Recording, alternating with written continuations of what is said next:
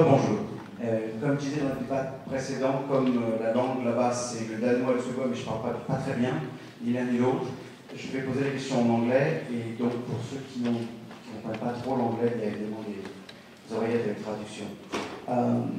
So we're going to talk in English, my Swedish and my Danish is not that good.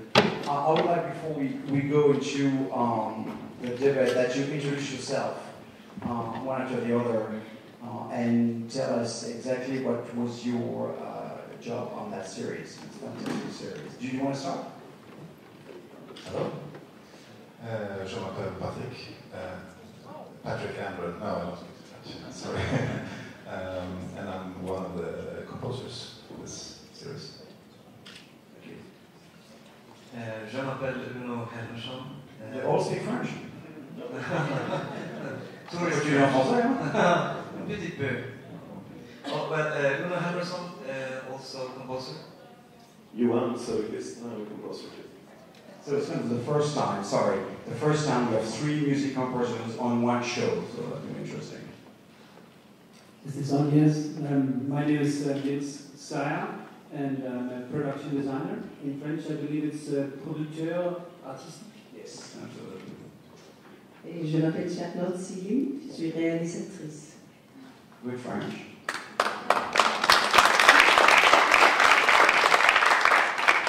And I am Jørgen Johansson. I'm the director of photography, directeur de la photographie. Yeah, absolutely.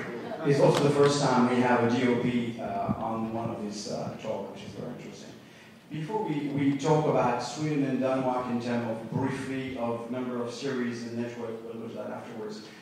This is obviously an obvious topic for co-production. I would like for us to know what are the main differences between you two countries. Is it big difference? Is it not?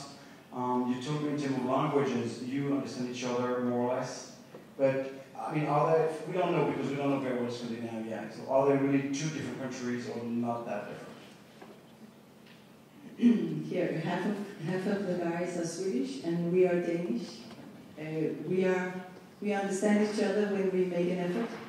A lot of Danes don't understand Swedish because, you get scared sometimes if you're afraid of not understanding, but when we make an effort, we really understand each other. I worked with Danish and Swedish actors in one melange, and that worked very, very well. And in that sense, we understand each other. On the other hand, we are very, very different. And it's a long story to go into where and where. I mean, once we owned half of their country, we don't anymore. They are a very big country. We are 5 million Danes, small. The Paris of the north, we're called in Sweden and Norway. Paris, c'est Copenhagen. But we are very different, and I think when we do a show like this, I can't explain the differences. It's too much. There is something here in the show. You see you can feel that we have profited by the Swedish woman and the Danish man, and the way he really don't understand her is, of course, she has a problem. It's not only because she's from another country. No, she has character. Yeah, but it is that it's her who has that problem. You understand that from the countries, like if the French have the Belgians from Belgium, maybe the woman would be the Belgian woman. I don't know, but it's difficult to talk about the differences and not be too, superficial. Or just give us one example of a really big difference you have in the countries. Yeah, there is one thing I think when you produce stuff. We are very tough, and the Swedes are much more gentle and kind. Is this true? Look at them. 3 guys, so sweet. The music guys, so it's nice difference. Music guys are sweet usually. But also, we are a little bit like brothers and sisters. We have, like brothers and sisters, we're a close family, but we have a lot of opinions about each other. Do you think you are more different than French and English are, or less different? Less different, okay. So, to go back to these 2 countries, if you can give us a short overview of how many networks in one country, how many in the other one, and the number of hours roughly the number of series produced in this country this year? I mean, just in the ballpark. Maybe.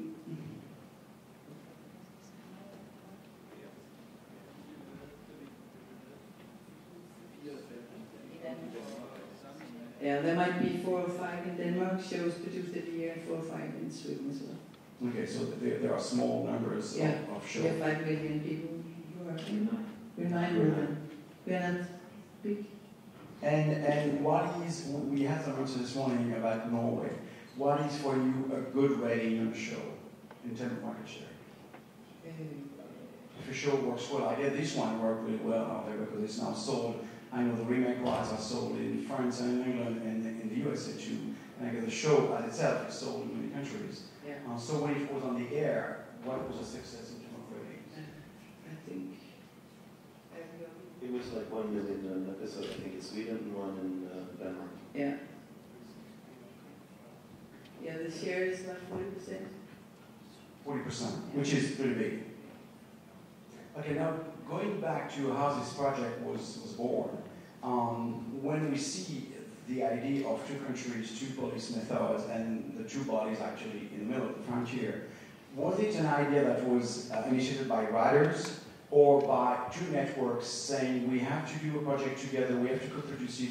We've learned this few days that co-production in Europe, and especially in new countries, is often necessary in terms of more money into the production, into the film. So in that case, is it coming from the network having willing to do something together, or some writers that came with this crazy idea and came to the network? It was, matter of fact, it was 2 directors, Swedish directors, who got the idea. We put a woman on the bridge, cut her in 2 pieces, and half was Danish and half was Swedish. And they worked for it for a while, they couldn't raise it. And then this Hans Rosenfeldt came to the project, and it wasn't the network's idea from the beginning at all. It was this artistic idea, and then 2 film companies decided to do it. It was a Danish little company and a bigger Swedish company, and they went to the networks. So it started as a Danish idea. A Swedish idea. Do you know the directors, the writer directors? Yeah. And can you tell us if you, I'm not sure you were there at the time, No, can you tell us how, we are writers, a lot of people here, and it's interesting to know what they sell the project with. Did they have a script? Did they have a pitch? All this process which comes a long time before you actually... I think what happened was that they had the pitch that everybody liked, and they're very good directors, but the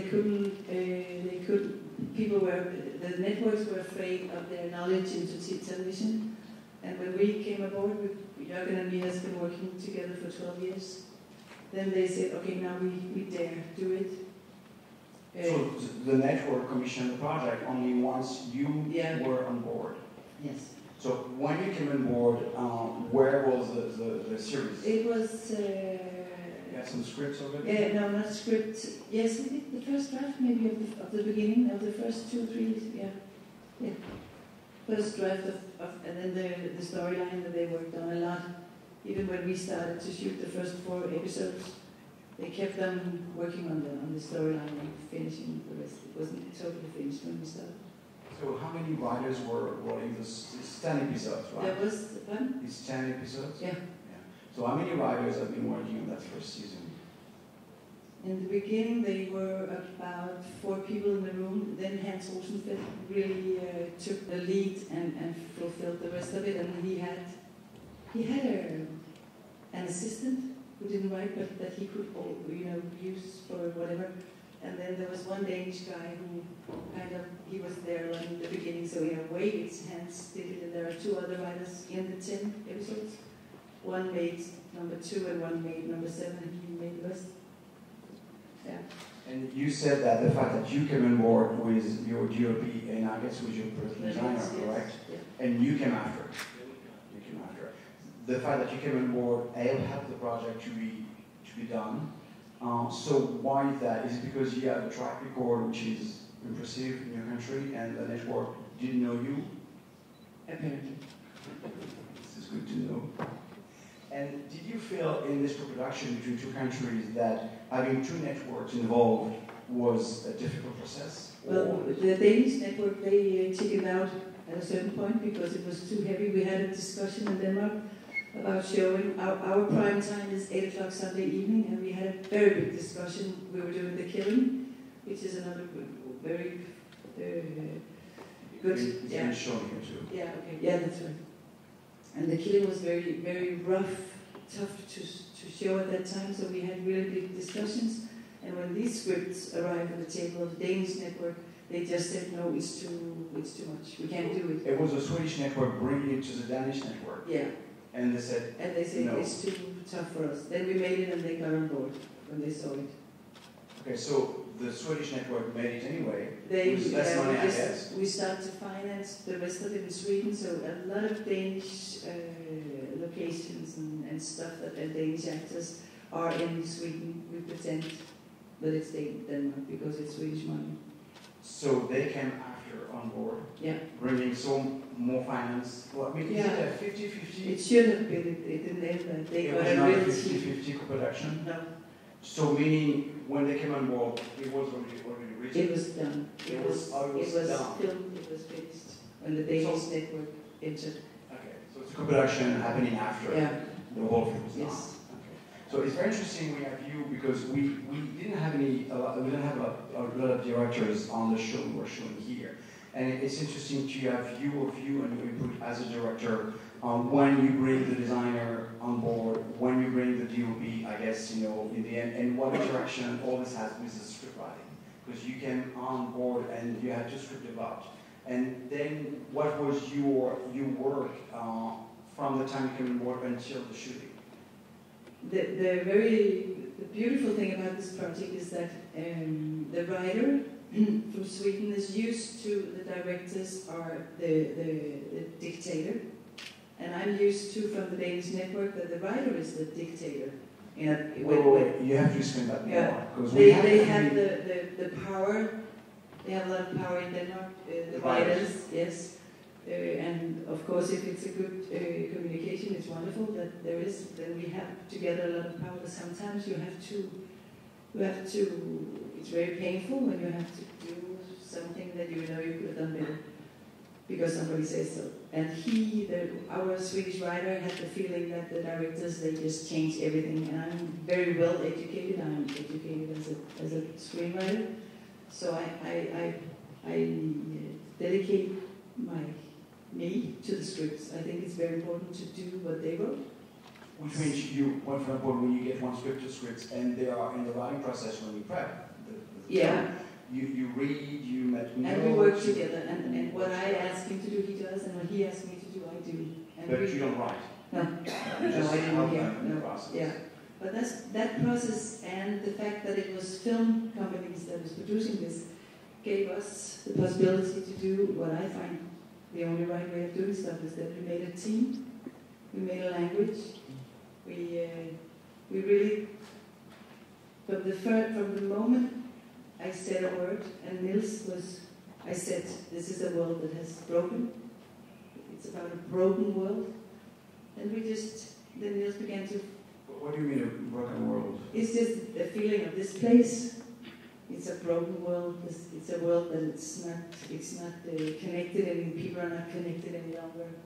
Did you feel when you started working on that series, having a team from both countries, you had the kind of differences and kind of conflict that but when it comes down to when it comes down to these questions, when I say it's a broken world, then everybody around this table know what we're talking about, and they begin to develop and to elaborate on all the words, all the language we try to. For example, Niels and me, we made this, they can talk more about it, but we said we had to make something we chose a Swedish word with vanlighetsläraren, and in English it would be, come help me. It's the alarm of genericness. I'd like to get more about the broken world, what do you mean by that? What do you mean by the I will explain why. When we had this word, then every time we saw anything that we ever saw before in the TV series, we wouldn't do it. we would go further, we would go to a next draft in our minds. If a man is, that's a very good example, a man is, the guy with the beard is doing push-ups in episode 2. And I don't know what push-ups means any longer, because you see it all the time, a man doing this. So I asked him what we could do instead of that, to tell something about the person. And in the end, he enters the screen naked, and he puts cream on his body, all over the body, I mean, all over. And I've never seen that in a TV series before. And we kind of had a lot of rules, a lot of words that we really had to, like when you do art. You distrain yourself, you make rules, you have to follow, and that's what we did. When I hear them talk about all of them, I just hear all those words that we said from the beginning, and maybe somebody could talk about that instead of me. Yeah, when you say broken world, you mean of that location in this country? I mean, what the story is about, what the murder has, how he created. He's a creative person who's now starting after the first episode to make it a game with these two policemen. And that world that he's showing us is a broken. You're giving us the end of the series. No, not at all. Okay. Did you have the same feeling about the broken world of the series? The broken world is an idea that really came from the whole theme of the story, kind of, which is a story of a society, the fictional welfare society of Scandinavia that has taken on the responsibility of the happiness of all people and the safety of all people and the future of all people, and which is not fulfilling its promise somehow. There's still things going on, and people are falling between the cracks. People can't maintain their life in this society, and there was kind of a surrounding thing, and the metaphor very concretely for it was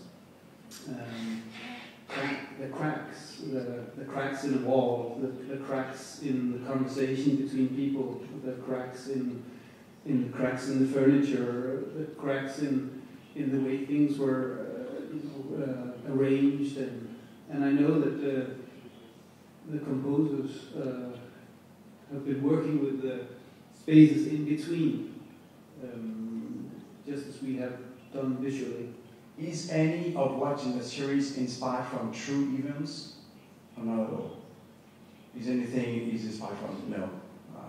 And did you think they had the writers or you after you really had to go in both countries to get the feel of what you had to write about her and him, so really bringing both cultures into this show? There was a very, very funny, it always happens at night when you sleep, you get something happens and you get the idea.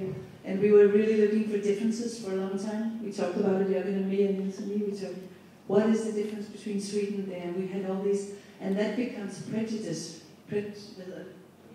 Prejudice, yeah. So one night I woke up and I thought, we're doing wrong here. We're going to go for the similarities. What is the same? And then we began, then we really had a good flow, because then we could have the same houses on each side of it exists, the same architecture in some houses, but on the coffee table, the coffee was Swedish, and the coffee in the coffee table in Denmark was Danish, and the cup was a Danish cup, and the Swedish, it became, and the language, of course. So when we decided, it's like in love, we decide that we are together and we are not apart, then everything works, we know that.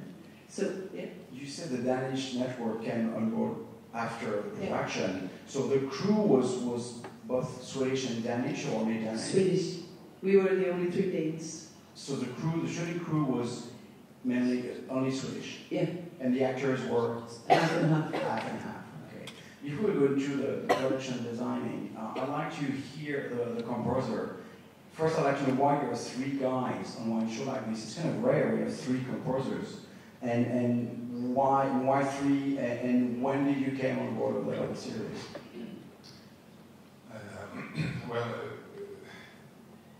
is we work a lot together for a long time.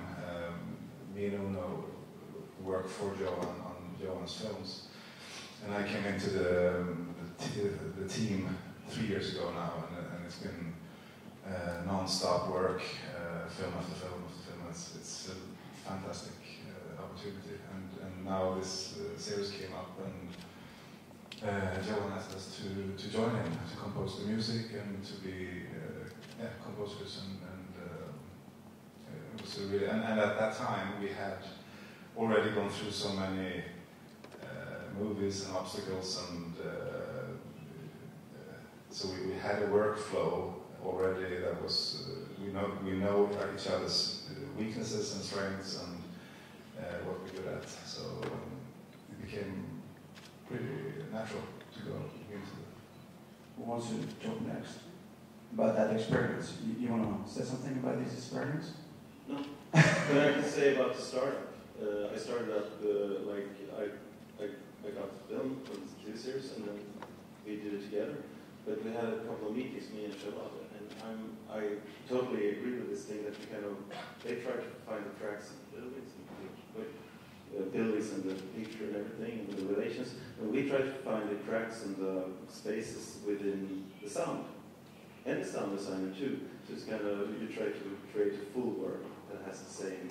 So if you talk about cracks in music, you can talk about you record an instrument, but then you kind of turn it around and take backwards, or you make an acoustic instrument sound electronic, or an electronic instrument sound, because you try to turn everything around, so you kind of do something that's darker and weirder. Okay. And what's your feeling about all this? Your place in these three composers? I've been on for working for Johan for 6 years, and when we got this opportunity, I thought it was really great because we teamed up actually as Charlotte said, we teamed up, and as Patrick said, we had a really great workflow. So it's not the first time you work all three together. Well, not in this kind of equal composing method, right? Of course, we had different tasks, but it always ends up as when we talked about scoring yesterday. I was thinking about the music and who started which cue and who ended it, because it just passed around us, right? So, okay, we need some rhythmic material here, so Patrick took that, and we need some guitar sound with that, and we need some ambience here, and we need Johan's smart mind to just put everything together, and then we did a mix, and so it's kind of, we've learned not to be too egoistic about our stuff. So at what time did you come on board? I mean, when it was completed, filmed, or a little bit before? No, it was really good. It's always good that you start really early. So we started with meetings. I talked with the editor in October, I think, and we kind of did the more music in March. But I mean, when they were editing the film, we didn't know anything, but still we talked about words and feelings, and we sent them a lot of stuff, a lot of kind of whatever, ambiences, rhythms, feelings, and then they could use it when they were cutting the film and editing the film, and then we got episodes back with something that was going nearly in the right direction, but not really in the right direction. So when we started writing it for real, then we kind of redid everything. But I think it helped you when you were editing. What is it? Do you have any relation with the network? Do they have any relationship with the network that's commissioning the series? Do they come and listen to your music, your soundtrack, or? No, for me, I always work very close to the director. That's kind of a thing for me. I don't want to be, it's always much better to work as a team with a director, because she's the heart and the head of the. And my question was leading to what is the implication of the network in the series? The one that commissioned it. Are they very close to you? Do they intervene a lot, or do they let you work? This is a special situation because this was not a network idea from the beginning. So this has been like doing a feature film in Denmark, as a matter of fact. where you have your producers that are not asking for anything else than what you want to do. So it was very there's a lot of things in the series, in the first four episodes, it's not in the script. I did a lot of stuff. I watch and I develop things that are not in the script. But what happened with the Swedish network, to go back to your question, is that he especially you and me made a presentation for him that made him very, very, very calm. And then we had, as I said, silence on the back seat. Because he said, okay, those people know what they want to do, and it's so clear, and the scripts are so well written, and I will leave them alone and do my work at the network. Yeah. How long did it take from the start of the project, once the network said we're going to do that, for the writing of the season, and then the shooting? What is the length of time? We had a delay because the Danish network withdrew there. So how much is it? I think it was about 6 months, or a little bit more, 8 months maybe. There was a break, which was actually a great thing for us. You mean it was in development, then Danish network pulled out, so you stopped for 8 months, but you were still writing it, I guess. They were still writing there, and they were quite yeah, we were there, we were almost ready when they stopped it, so we had time to, like, we're doing a series, as I told you, in Paris right now, me and Jørgen, we had 6 weeks to prepare. There we had like 8 months. Which is better? I think so. Okay, tell us about your role on the production. It's very rare we have a production designer, so it's interesting for us to know what are you doing when you come on board, and what's your implication in this project. I think it's the first time actually we have a production designer. Well, maybe that's one of the unique things about this particular series, is that we have been a very integrated creative group. So it's no coincidence that Charlotte decided that she would like to sit here on stage with all 5 of us collaborators, because it has been a very close and very real artistic process. I believe all of us feel that, including Charlotte, I know. Yeah, and I wanted to add that the writers are not here. Exactly. Because you did not want them, it's because they're supposed to work because on the second season, correct? They are writing. They were invited before us. They couldn't come, so we had to. Oh, you said you were... Exactly. In Denmark we call it the thin beer. What? We are the thin beer. It's the watered down beer. There's not a bit of water in the beer, so that's us. But as far as my involvement in the process goes, I was asked on board about a year and a half before we started. And a year and a half? Yes, because we actually thought we were going to start before, of course, but it turned into be a year and a half. So yes, and I went away and did other things and came back. But in the end, it turned out to be a great thing. So what decision do you make, I guess, together with Charlotte, what decision do you make in terms of location, of costume, of... Describe a little more about what you do concretely. Well, I like to describe my process with any director, but very much with Charlotte and also with the others here, as it's a conversation that starts with the script and then goes into the whole world, and back in history and out in the future and into specific characters, and then my job is to before Jørgen actually starts to develop the cinematography, my job is to visualize the conversation, bring images so that the conversation can go from words and gradually become more and more visual, and in the end we're able to present a very precise visual idea of what this will look like when it's finished. And how did you do that? Did you have some sample? Did you shoot some images before? Or, I mean, how did you present that look you wanted to have have about the show? We did a number of things.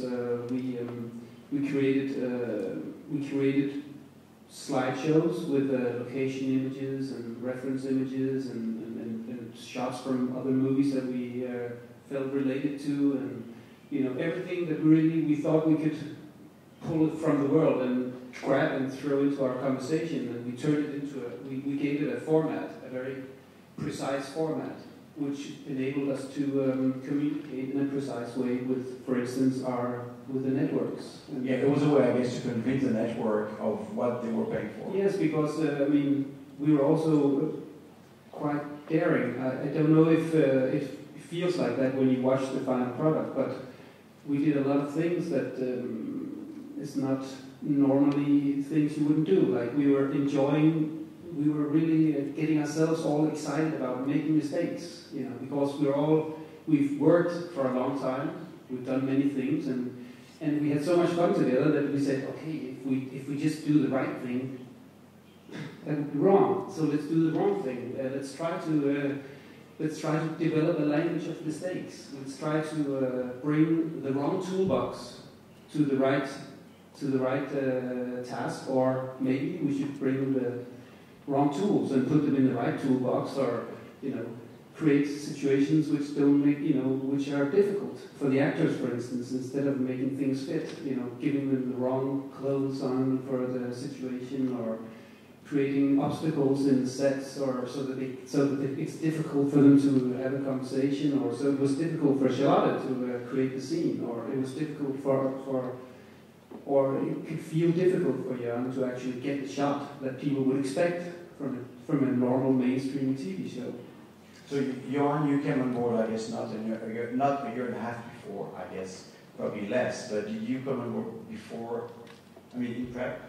I was actually on board a year and a half ahead, so I followed like the other guys very early. And the year and a half is also because you have an 8 months break, right? So normally, in the normal process in your country, is this super fun would come on board really early on, like you did? And then in the network, we just made a show on the network, and there you had. This was the third season of a series going on in Denmark, Bron, it's called, and I was on 7 weeks ahead. Yeah. 7 weeks, and I'll be there for like 3 months before. So we rarely hear a DOP explaining what his job is on a series like this in terms of choosing the light, choosing the look of the image, with what equipment you shoot, not a camera, but is it HD or film? Tell us a little more about this. Because in the audience, we don't hear that often. Honestly, I think on this talk, or this conference, it's the first time we have a director of photography. And it's unusual for us, so it's interesting to hear what they do, because actually what we see is a lot of your job. Yeah, okay, I'll give you all details about technical equipment. Hang on. Now, what happened was actually that when we were to shoot this, if this was shot in the planned manner, it would have been just before the arrival of the new digital camera Alexa. But since we were delayed, we were that lucky that we were the first in Scandinavia to shoot on the Alexa camera, and not to talk a lot about that, but so we have to be HD and extremely sensitive camera. So what happened was that when this camera arrived, I decided very soon to take away 2/3 of my lighting equipment. I guess it's smaller budget. Yeah, but for the reason for that was to capture the mood and the ambience of Malmö and Copenhagen, where this shot is made. So you do not get these traditional night lights where you have the blue moon shining down everywhere. Which season did you shoot that? This was shot between September and December, and the challenge, of course, was that it's supposed to look like it's within, I don't know, a couple of the first 4 episodes. But it's A little less than a month. Yeah, but this morning we had a Lady Hammer, and they were shooting in the winter in Norway, and they told us, you know, the light hours are really short, like 3 or 4 a day. So you didn't have those conditions because you were shooting in September, you said? September, October, November, December. So when in December, it's night all day, right? More or less, but the police station we see in this series is the only part that's shot on studio. So we did this shooting in December where the light was very low outside. Yeah. And when we ended shooting, right after, the snow came down, falling this high. I'm going to use this question, but you work in your country, and when you work in Paris, you deal with the light in a completely different way, correct? Because the light in your country is not that strong. No, we have this very, very special Scandinavian light, when we have light at all. When you have light, yeah. But when there's light, it's very nice. Can you tell us in terms of number of days of shooting for one episode, and also how long the days are? Well, they should be 8 hours, and we've shot for 60 days in a row, 4 hours, so it's about 3 weeks for an hour. 15 days of shooting for 1 hour. Which is a lot, it's usually 11 days. I mean, the norm is 10 to 11, so you had more days. Yeah, but I think this 10 to 11 thing, isn't it, when you do 40 minutes, 42 minutes, we're doing 57 minutes. Oh, 57 minutes. Yeah. Is it the format in Yeah, Sweden? 57.3. Well, that's precise. This morning we had a hard time to get some numbers from our guests. I guess I'll have more numbers from you today. Also, I think we should mention that this is not done exactly like feature film. It's done with one camera only. Everything one camera. Everything's with one, except like the huge scenes on the bridge. Of course, we had some more cameras. Otherwise, everything's done with one camera only. That's right. So you never use 2 cameras to do the dialogue scenes or inside scenes? Yes, we just did on the last show because that's how it was done. But we didn't do it on the bridge. No. Do you have the practice in your country when the script are written and you're about to go in shooting to do table readings with the actors and the team? Yeah. Did you do that? Yeah. Okay. So it's a way, I guess, to integrate the 2 actors. How did you choose the actors? You had to take 1 star from Danemark and 1 star from Sweden? I knew from the moment I read it, I knew I would ask Kim. We had been wanting to work together for many years, and we hadn't. Kim, the man. The man. Yeah. He's just a very big star in Copenhagen, and he's amazing to work with. He's very good to work with. And he said, yes, and that was it. Well, do you want to do it? Yes. And then we were cast. Without reading anything? Yeah, he couldn't care less. He doesn't read. He arrives on the set and he gets some scenes and he gets to learn the words. But for him, it's very important to be on stage without knowing what will happen. I think we have one question in the audience. Yes. With figures that you mentioned, you said that 15 days per episode, there were 10 episodes, so it's 150 days. Yeah, but I only did the first 4. That's the only thing I know anything about. The first 4, that's 60 days. So if we say 60, 120, and then 30, 150. So that's huge, 150 days of shooting. Of shooting 10 episodes. We did 60, this team. Then we went back to Denmark. And the ratio was the same for the other episodes? Yeah. So you had longer... Yeah. Okay. It's more or less what we do. All this series in Denmark and Sweden, that's kind of where it's placed. Do you know the cost of the episode? Do you have an idea of the budget of the project? Yeah, we said 10 million euros for the 10. For all 10. Oh, okay. Yeah.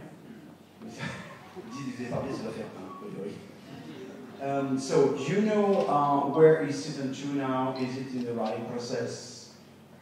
When or if you shoot? Yeah, I know they start to shoot in October, and they're running for full speed. And you're shooting it? No. No. Why? Because you're doing something else, or you don't want to continue, you want to change? Well, now we're in Paris. Ok. Je ne sais pas s'il y a des questions dans la salle. Oui, là. Oui, sur comment dire, merci. justement, ce qui vous avez souligné de très intéressant, au niveau, j'aurais une question au niveau du directeur de la photo. Justement, on voit, moi je suis un peu surpris, je suis là un peu par hasard, je suis un intermittent en fait, et je compte réaliser mon premier film, et c'est vrai que, étant autodidacte, etc., je m'intéresse à la photo, comme photographe de formation, et là, on a à boire, à manger aujourd'hui, et je voulais poser comme question, quel objectif a-t-il utilisé justement sur les tournages de nuit, et j'ai vu il a utilisé beaucoup de grands angles, et pourquoi? This is feeling technical. I heard it as if you asked what kind of lenses for shooting night scenes. Is that the question more or less? Yeah. We used the very cheap high-speed area lenses for two purposes. One, because they were extremely light sensitive, which enabled us to shoot more or less without artificial light.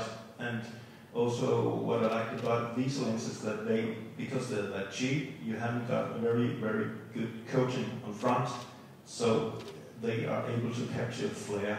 I guess you know flare to when light hits the lenses to make it look alive.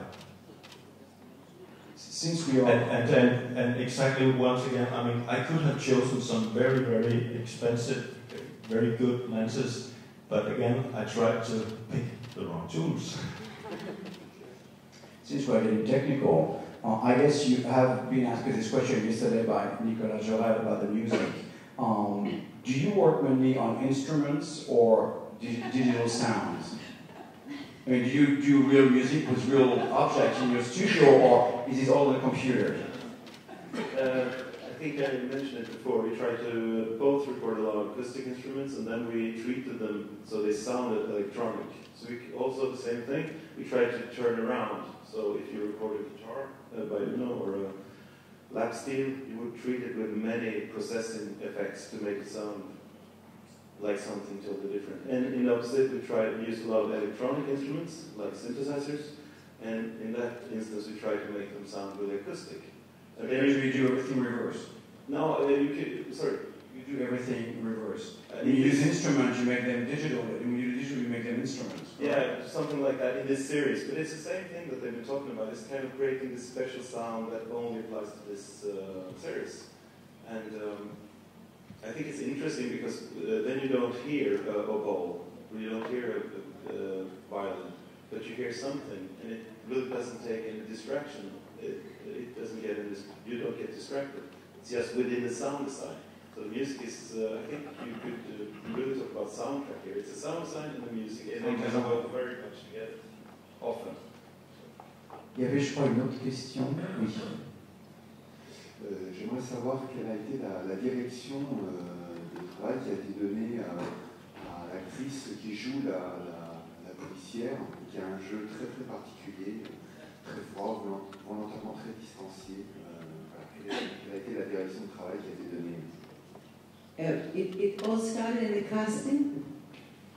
As I said before, we casted a lot of women, and when this woman came on to the casting, I just fell in love it did something to me. It's the first time you were seeing her? Yeah, I saw her in pictures and I didn't want her, but my caster just took her in. I couldn't recognize her. I thought she was boring. She was not at all. And I thought she was terrible because I said thank you, because I know I'm going to get her. So I went to the networks and I didn't have anything but 3 lines. And they say, wait, we can't see second away. And I knew I'm not gonna show anybody how she is before we do it. I don't know, but I want to work with this woman. It can be difficult with networks that you have to explain the result. I'm very afraid we are all, the whole bunch here, we don't connect to results. We connect to the moment we're in and the conversation that we have. And in that space you start to work. And Sophia, who did the part, was very much, she was so open. We read of some autistic, of the illness, and we read about it, and then we just picked stuff that we thought were very good for the in front of the camera, and that was very good for her to use. Then she went into town alone.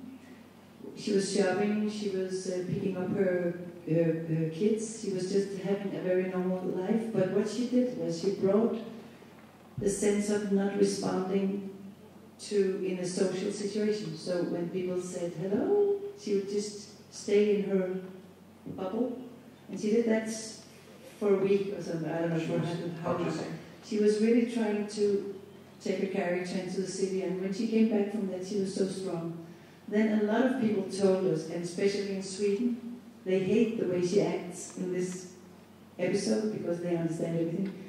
And I was almost called a very bad director as character directing, which I'm not.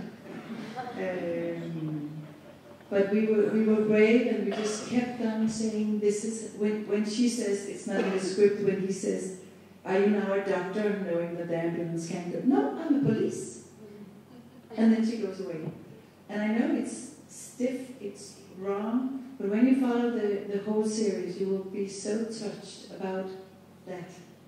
So we just had to keep on doing this mechanical thing, because we knew in the end, and I was unfortunately not there to direct her into that, but we knew that there would be a payoff that was immense. So we just kept on, even when we did the sound, we could have changed. We could have done her more soft, but we kept on, we just believed in it. And nobody was strong enough to tell us to change it. But it was also, it turned out that after showing the first episode, there was a very, very strong reaction from the public. Strong, as in bad. That people were like, who is this? This is terrible. But then it really turned. It was amazing. But it showed that unlikable characters can become very likable. Yes, but then people got so excited because then they found themselves getting turned on by something they thought they didn't like, which was exactly. I don't have my question, but were you inspired in some way by the character of Dr. House? You already being kind of. Have you been inspired in some kind of way by the main character in Dr. House? You know, you, Laurie, who is really antipathetic from the beginning of the show. No, I wasn't. I hadn't a goal. I just wanted to go with her. I wasn't inspired by just knowing how people who suffers from this. That was the only inspiration. You two of them. What does she suffer from? From it's autistic. She's autistic, in some sense, and we just read into it. Is she kind of afraid of contact with people? She doesn't. She hasn't got the ability, the skills of being social. She's agoraphobe, right? No. She's just, she can't relate to social, to a normal social, and that's of course what he's going to teach her. And in the end, something happens where she learns in a very tough way to communicate. But there was I was just saying one thing about just what we talk about now, that one of our very strong lines, I always have this, especially talking to networks and producers, we have to give the audience what they want and what they do not want. And that's really what we are trying to do all the time. We want to give them this, and then we're going to do this just next to it, because that's where we start to be alive, even when we watch television. Interesting, but did you have a network reacting to that character, saying, well, no, she's not sympathetic enough, and make her nice? Did you have this? Yeah, but we didn't. Yeah, just being sweet, I can tell you that people kind of hated her in the first episode, and then they started to like a little in the second, and then, gradually, and in the end, everybody loved her. So it's like, and it's because of the language. It's harder when you speak your native tongue. It sounds in the first episode that she's a bad actress. It sounds like that before you grasp that, okay, she has a diagnosis, there's something wrong, and then everything she does in 5, 6, 7, 8, 9, 10 reflects on the diagnosis and becomes so much stronger. And I think that's why I went to record in London, and it's been a huge hit in London, in England, this series. And everybody was talking about Saga and Martin, this kind of partnership with them. He's very warm and like that. And the way he develops during the series is the opposite, in another direction. And she goes into more warmer, or she learns more and more.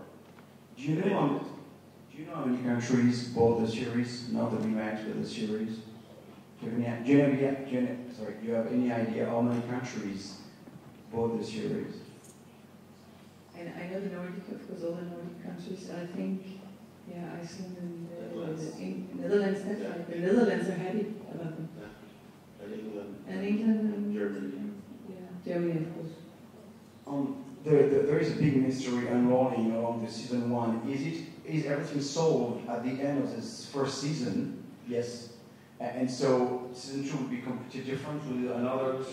It's a new case. And you have any idea of what new case? But with the same idea of 2 polices from the 2 countries.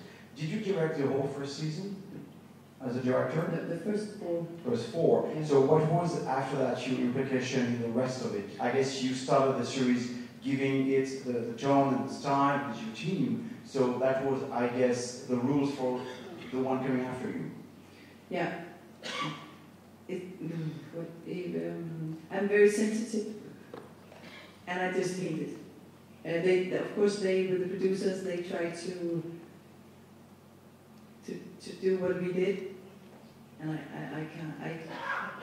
To me, because it's so, yeah. What? Can somebody talk about this? We were on the whole 10. We were the only ones that were on the 10 episodes in this room. I think the only guys beside the sound guys, they were also on the 10 episodes. We tried to keep Charlotte's vision, everybody's vision, going for the whole 10 episodes. And it was a struggle, but I think we succeeded pretty well. And it was always kind of reminding people about this alarm. Genetic alarm. They say, we want to do this with a bang there, and we say, no, stop, no bang. We have it totally silent when it happens, because that's what we wanted from the instance. We had to struggle to keep it in the same. Did you remain the DOP on the rest of the series? Did you remain the DOP on the rest of the series? No, I just did the first 4, so I had to give it over to the next, which is always very difficult when you love your child, like we did, to pass it away to somebody else. I find that they always do things wrong. Why did you pass away the project? That's a production. I mean, when I finished it up in the woods with the guys in Sweden, then the last day of shooting was finished. So I couldn't, because this was very, very important that I keep the vision. So, and I think the vision was strong enough so that they could do the next ones, what they did. And I think that people, when people watch it, maybe not professionals, they can see differences, good or bad. Maybe they did something much better than me. I hope so. Did you see the other episode? Yeah, of course, and I cried. What do you think? I called everybody and said, we can't do this, and why did they do that? So you cried not about the story, but about what you saw.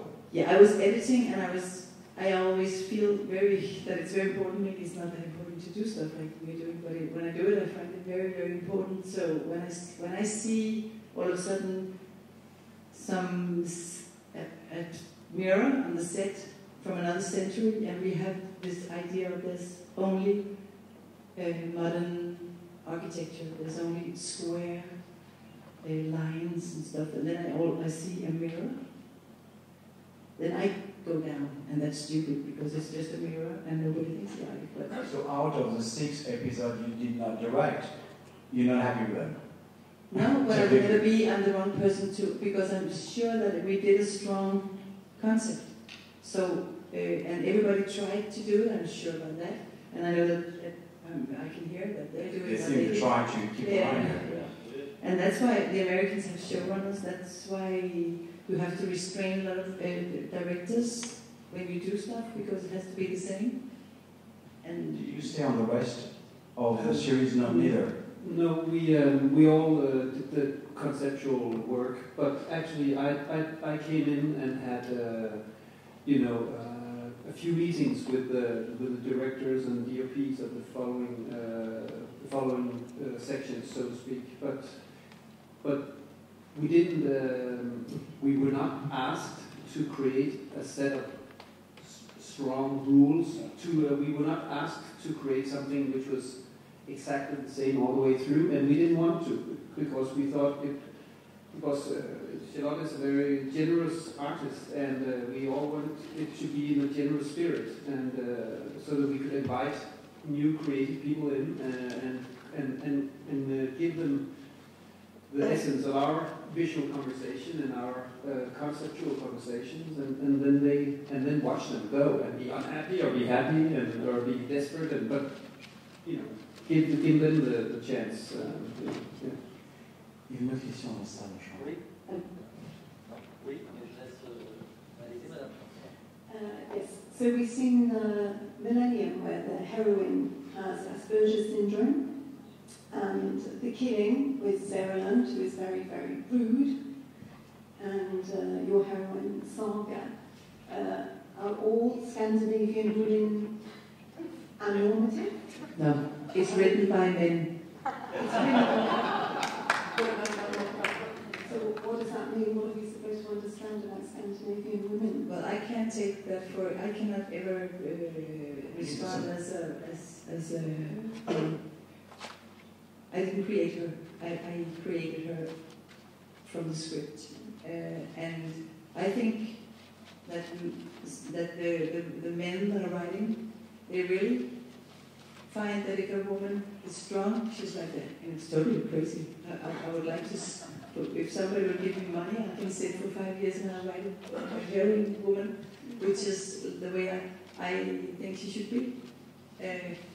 So in that sense, there's no answer to that question. That it's the male writer's vision of how a strong woman could do stuff.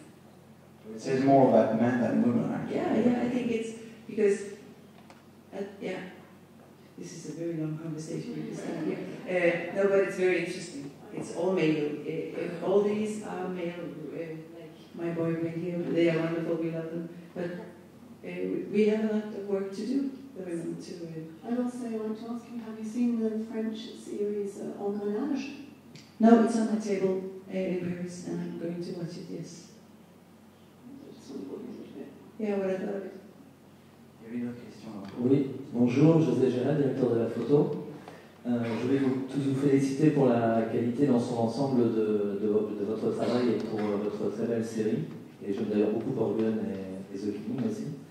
Et féliciter mon collègue pour son travail à la photo et son choix pertinent d'Alexa, puisqu'on a fait une petite parenthèse technique tout à l'heure.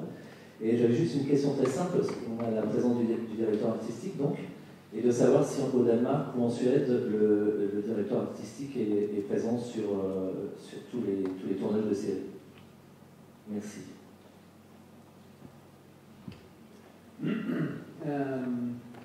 It's really, it's very different situations from project to project, actually.